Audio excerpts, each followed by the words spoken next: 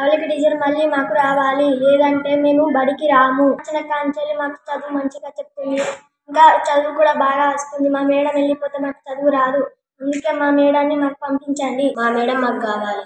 మా మేడం లేకపోతే మేము 5th క్లాస్లో 20 మంది ఉండే, ఇప్పుడు 7 8 అయినాం. మా మేడం రాకపోతే మేము బడికి రాము. ఇద్దరు టీచర్ల వల్ల మాకు ఇబ్బంది అవుతుంది.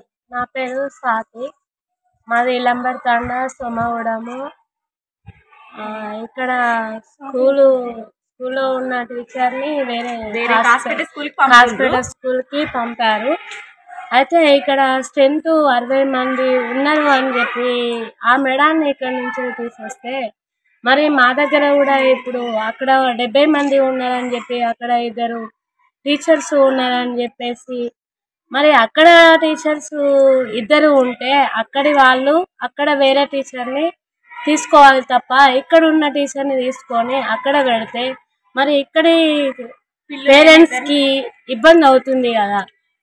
అలా అని మరి మా పిల్లలకి నష్టం అయితే మరి మా పిల్లలకు వేరే టీచర్ కావాలి అంటే మేమందరం ఏమనుకుంటున్నామంటే, మాకు ఉన్న మేడం వాళ్ళని ఎవరినైనా ఇక్కడ నుంచి వేరే స్కూల్కి పంపకూడదు అని మేము ఈ పోరాటాన్ని ఇంకా కొనసాగిస్తామని కోరుకుంటాను. ఆమెకు ఎడ్యుకేషన్ లేదు, కాకపోతే ఇప్పుడు ఇంగ్లీష్ టీచర్ వచ్చిన కాంచి ఎడ్యుకేషన్ పెరిగింది, ఇంగ్లీష్ మాట్లాడుతున్నారు, స్టడీ బాగుంది. పిల్లలందరూ ప్రైవేట్ పోయే పిల్లలందరినీ కూడా ఈ స్కూల్ బాగుందని మేము లాక్కున్నాక మళ్ళీ ఇక్కడ ఉన్న ఇంగ్లీష్ టీచర్ని హాస్పిటల్కి తీసుకుపోయారు.